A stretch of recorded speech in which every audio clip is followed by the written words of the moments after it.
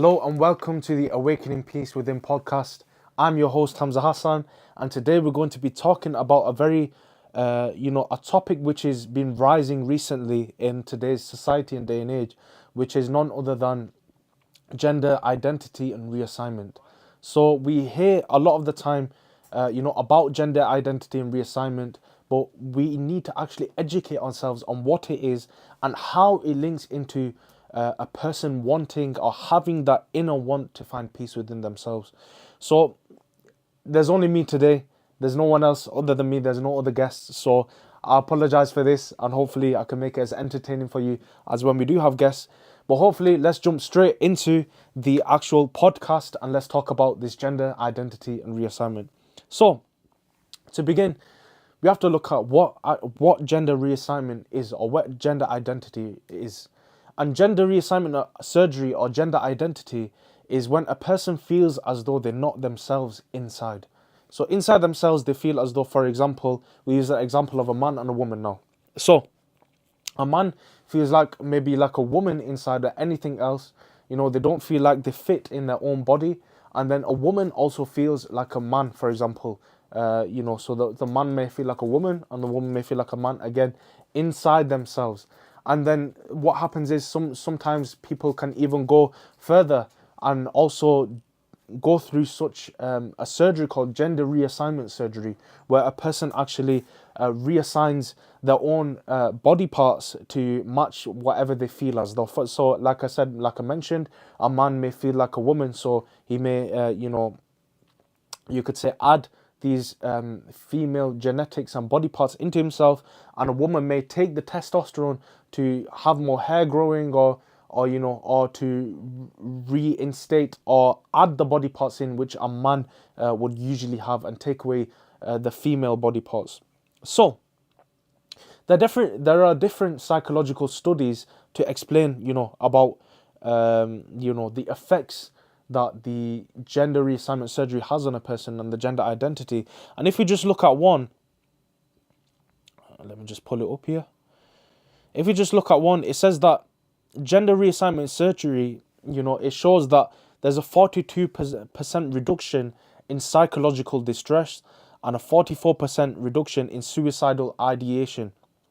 But that is a very good, it shows that there is positives in the gender reassignment surgery, but also there is negatives as well. The reason being is that in Turkey, there was a study in 2018 who showed people who had performed gender reassignment surgery had reduced anxiety. Yes, they did have reduced anxiety related to gender discrimination. So feeling, that they're not themselves inside, but increased anxiety related to disclosure of their past. So it's as though a person takes away one stress and brings in another stress. So for example, it's like not only are they reassigning their gender, but it's like you're reassigning the stresses as well. So one anxiety to the next, one depression to the next, one feeling to the next. And this is how it affects a person. Because you could say as though, like, for example, when a person takes drugs or takes alcohol, what happens is it's like they have a temporal pleasure. So they find pleasure in that thing, but then that also causes stress, anxiety, depression, and things like this. The reason being is that it causes stress from actually taking the drug. Now, how many stresses come from smoking weed, for example? Now, your family knows that you take drugs. Your friends know that you take drugs. People don't take you seriously because they don't know whether you're high or not. The same way, for example, with alcohol. When a person drinks alcohol, what happens is he starts to be seen as an alcoholic the more he takes it. When he is induced in the alcohol, people again don't take him seriously. And there's different stresses, like the family pushes you away, the friends push you away, and this can be the same for gender reassignment as well, that the friends and the family push a person away, and this creates more stresses in itself. So how does then this link to peace? Because this is the whole topic. This is the whole topic in which a person, in which what we do as Seek to Change as Awakening Peace Within podcast, this is the whole topic of how things link into peace, how different topics link into peace or wanting peace. And it's that the fact is that people are stuck not knowing their own identity. What I mean by this is that, yes, you may feel as though, yes, to an extent, the gender identity is correct. The reason being is that they don't feel like themselves. They don't feel like the body, which is not the body. A person isn't the body. They don't feel like the mind. A person isn't the mind. They don't feel like the heart. A person isn't the heart. Heart meaning moral self. They don't feel like their own desires, which is right. A person is not the desires, but a person actually is the spirit. And this is why a person feels the need to understand himself, because the spirit feels a need to understand himself. And the spirit feels the need to know its own identity. It's like, for example, now with the case of people who are feeling as though they're not feeling themselves. It's like, for example, yes, they don't feel like themselves. The reason being is that because the spirit wants to know itself.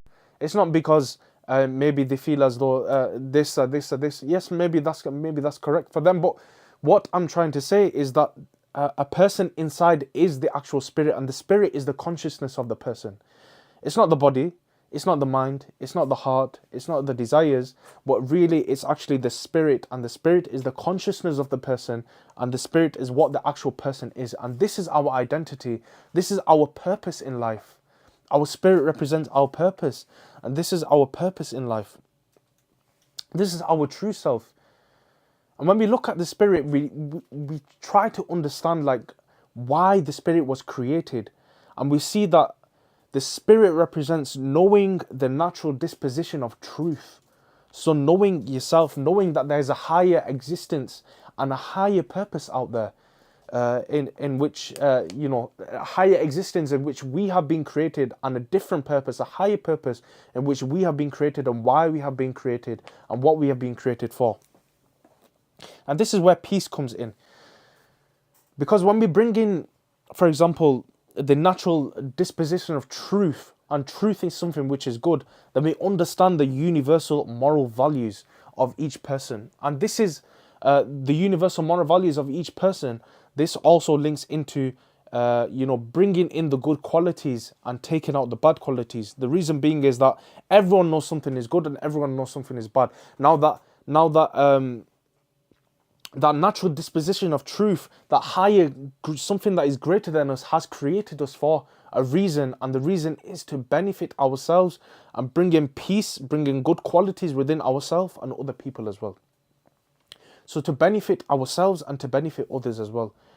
Now, we at Seek to Change and Awakening Peace Within, we have a program designed for this, where we understand the universal moral values. Universal moral values, it means, things in which people know are good and things which people know are bad. So, for example, the moral values of a person knows that speaking the truth is good. A person knows that speaking with kindness and compassion is good. A person knows that all these good qualities within a person is good. So then so a person can understand then and knows that the universal moral values and the good qualities are within a person. And this is how to bring peace within a person and other people as well. Because when you're benefiting someone else, ultimately you're benefiting your own self. The reason being is when you speak the truth, then you don't have to worry about the lie. There's no anxiety and depression behind the lie. You don't have to worry about, what if this person knows that I'm lying? Because then, for example, just something so simple as lying can cause, you could say, a domino effect. And what happens is, the friends and the family, they start to become, aware that you're a liar. They start to push themselves away. It can cause ruptures within the actual relationship between two people. So this is just lying. There's many, many different things, and many different things that we need to take out the bad habits and bring in the good habits in order to benefit people. What does one do if one feels opposite gender all the time? Question online. Sorry, we're just getting a question. Go on. What does one do if one feels opposite gender all the time? So one feels opposite gender all the time. Right, okay. So, of course, when a person doesn't know their true identity, they're going to feel different. They're going to feel weird. You may feel as though, you're the opposite gender. You may feel as though there is like, what's it called? You may feel as though you're the opposite gender. You may feel as though you're something else other than yourself. And this is what I was explaining before about the fact that the person is actually the spirit. And when a person understands his true identity, true purpose, and brings that purpose of life within himself, then ultimately what happens is, a person then, ultimately what happens is a person then understands himself and can understand that he is actually something other than maybe just the opposite gender, and he's actually the spirit, and he has this purpose, and this is his identity.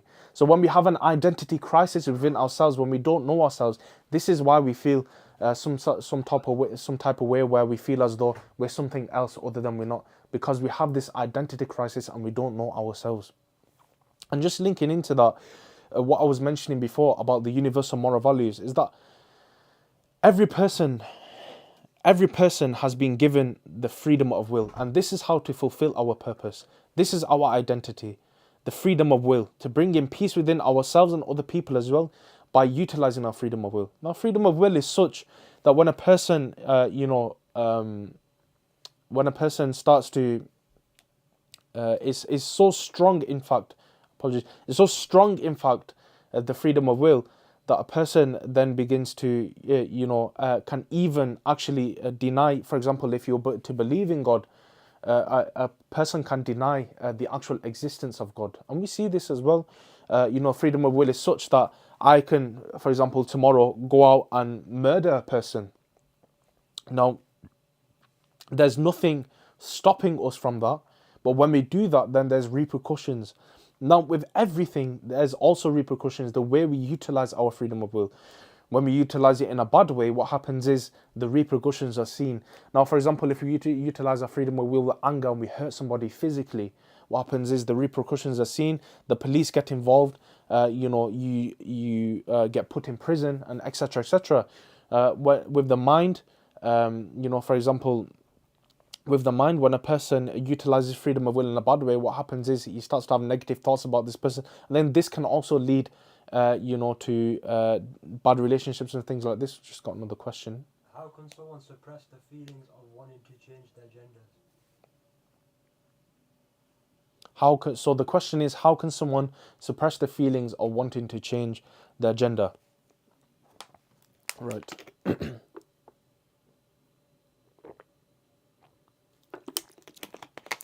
Apologies about that.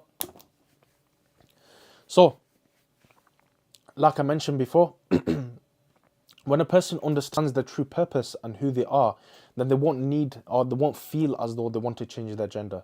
The reason being is that they already know who they are. If you already know something and something is already perfected, you could say. If something is already perfected, then you can't perfect it even more if it's already perfected. It's like, for example, saying, now I have this bottle of water, yeah? It's like saying, now this water can be perfected. How can it be perfected if it's already water, if it's already perfected, if it's the cleanest water? Imagine this was the cleanest water in the world. Now, you can't perfect something that's already the cleanest water in the world. If it's the cleanest water in the world, then it's already perfect. Now, we can't perfect that. So the same way, when a person understands his true purpose and true identity and then practices the purpose. Now, this is important. He not only knows his purpose, but he practices it as well. And this is true identity, knowing your purpose and then practicing the purpose as well. When a person understands this, then he becomes, you could say, he doesn't have the feeling to actually want to change their gender anymore, because he already understands who they are. What gender identity or gender reassignment is when a person doesn't feel like themselves, and yeah, correct, we are not themselves, like I mentioned before. We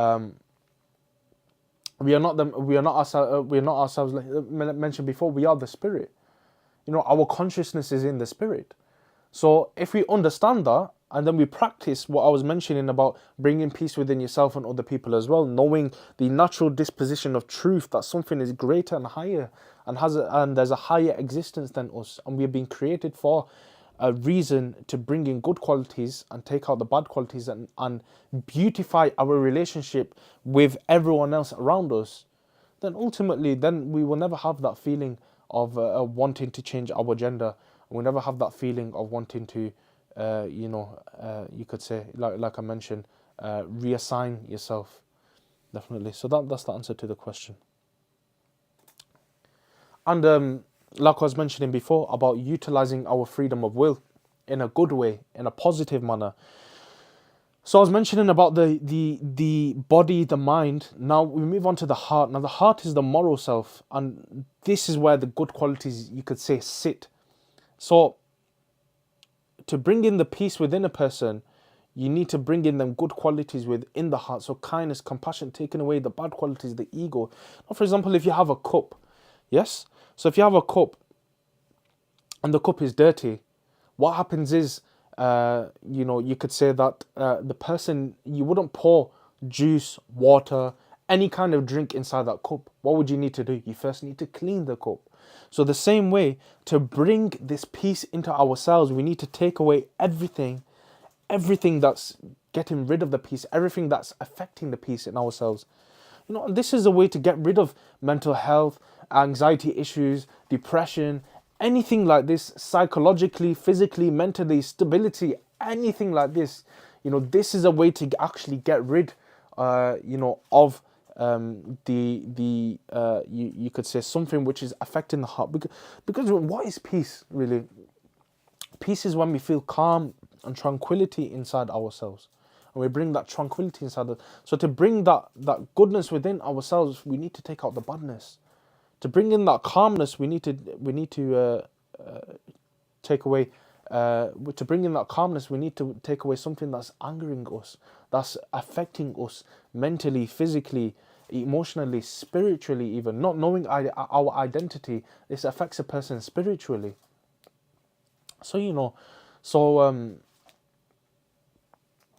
This affects a person spiritually. So to bring in them good qualities, what happens is it takes away, the feelings of anxiety, of depression, takes away the feelings of wanting to change the gender.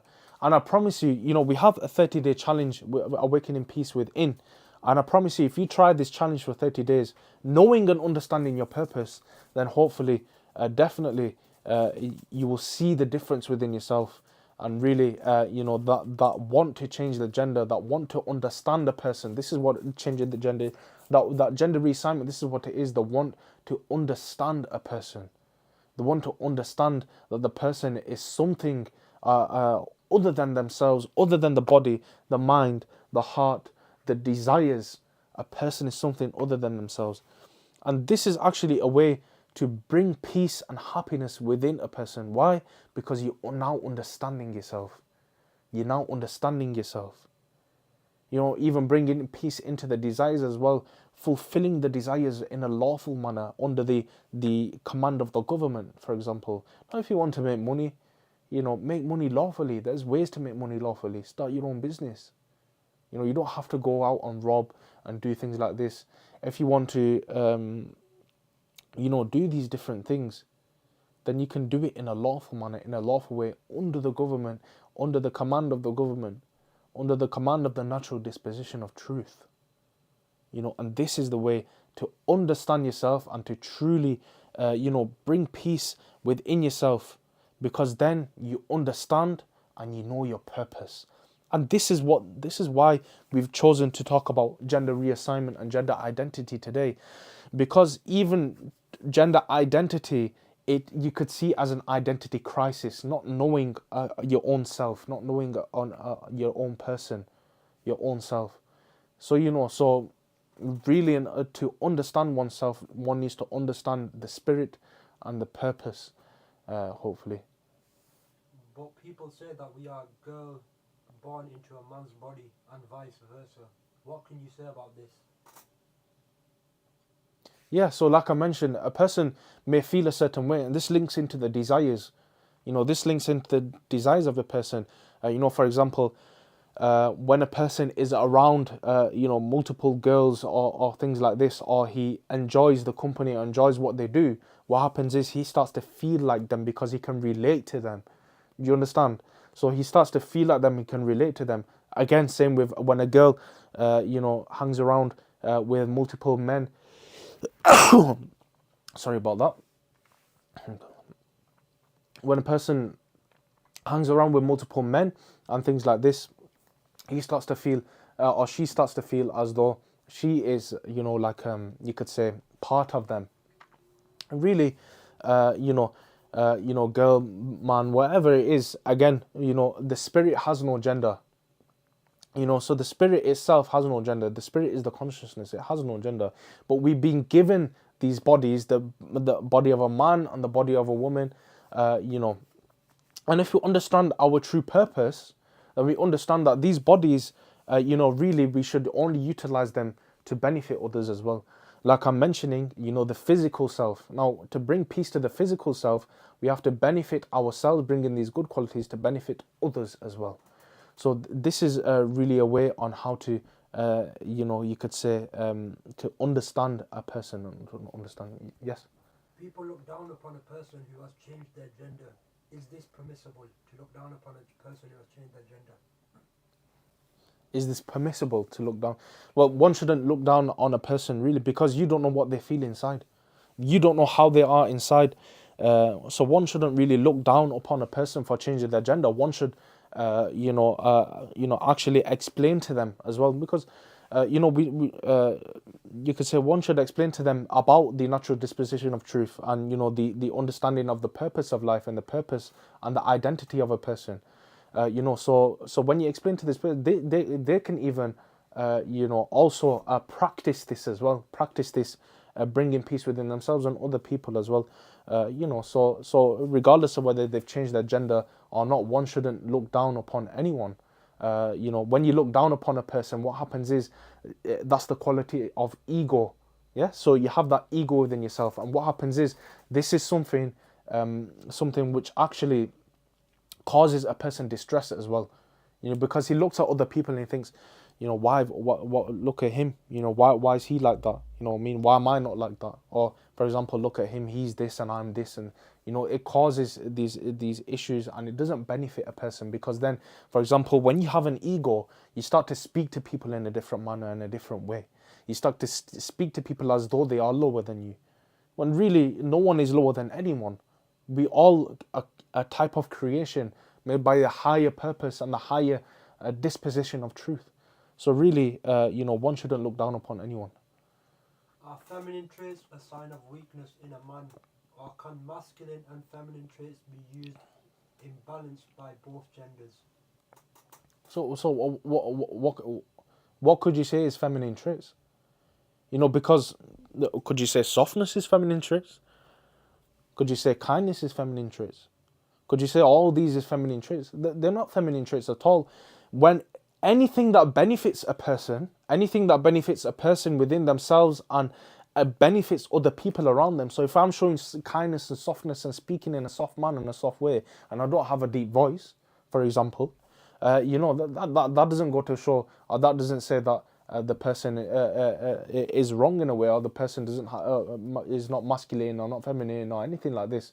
Do you understand what I'm saying? So the feminine traits, you could say, or masculine traits, you could say, there's no such thing really. Whatever benefits a person benefits a person. Whatever benefits a person helps people around them, and that brings peace within them. And it's just a good quality. It's not. You can't really identify traits as genders. Yes. Can we all live in peace together if my next door neighbour was LGBTQ? Of course you can, as long as you're practicing, bringing in peace within yourself and other people, and they're practicing bringing in peace within yourself and within themselves and other people. Because this is where it starts from. It all starts from within a person.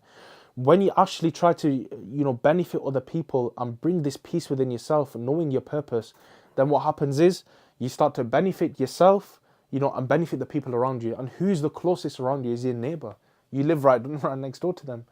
So when you benefit them, then ultimately they start to practice this, and then they benefit their neighbor, then everyone in the world, not only your next door neighbor, but everyone in the world can bring this peace within bring this peace. And this is a way to global peace as well. Not just peace with you, not just peace with your next door neighbor, but to peace within your county, peace within your country, peace within your continent, and hopefully peace around the whole world. and if you do want to practice this, knowing your purpose, knowing your identity, and practicing this, we have a 30-day challenge, Awakening Peace Within. If you go to www.seektochange.org, you can sign up and actually start this path to peace and path to understanding your true identity and purpose. Yes.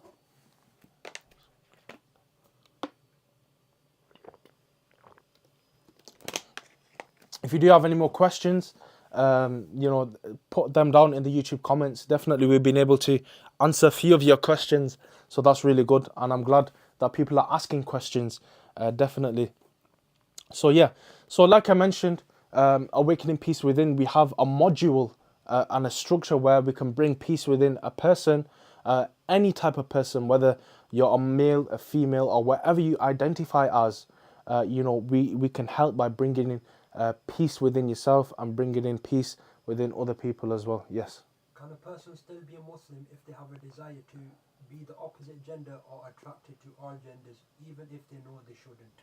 Okay, so the desire itself isn't something that's wrong. You know what I mean?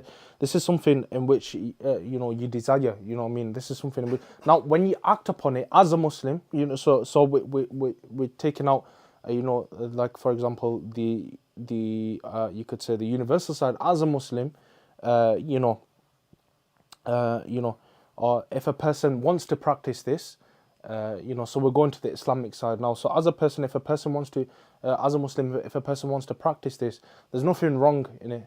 Even if a person thinks about it, there's nothing wrong in it. If a person desires it, there's nothing wrong in it. It's just when a person actually acts upon it. And if we look at, the way God works, God actually only works upon actions, not intentions. Or God actually looks at intentions as well. But when a person acts upon something that goes against the religion, that's when God assigns a sin to that person, you could say, or assigns the sin to the person. Yeah, so you can desire it, or it's better not to as a Muslim, but you can desire it if you want to. But it's better not to as a Muslim, or you change the desires now, and this is the way to change the desires. Obviously, it's not good to desire as a Muslim, but what's it called? But you can take out these desires by actually trying to bring that peace within yourself and to bring in peace within other people as well. So even if you do desire it, there's like a you can practice. If you don't want to desire it, you can practice not desiring it. But for as a Muslim, it's best to not desire it. Yeah. So if you do have any more questions, let me know in the comments. Hopefully, we can answer the questions. We'll close this session in around 2 or 3 minutes or so. So any final questions for any person who wants to, bring these questions in and ask any of these questions about peace, about the topic, then definitely put in the YouTube comments. And like I mentioned, there's a 30-day challenge where you can practice, bringing in peace within your desires, bringing in peace to the heart, the mind, the body, bringing in peace to your spirit, understanding and knowing the spirit as well, knowing your true purpose of existence, and understanding your identity.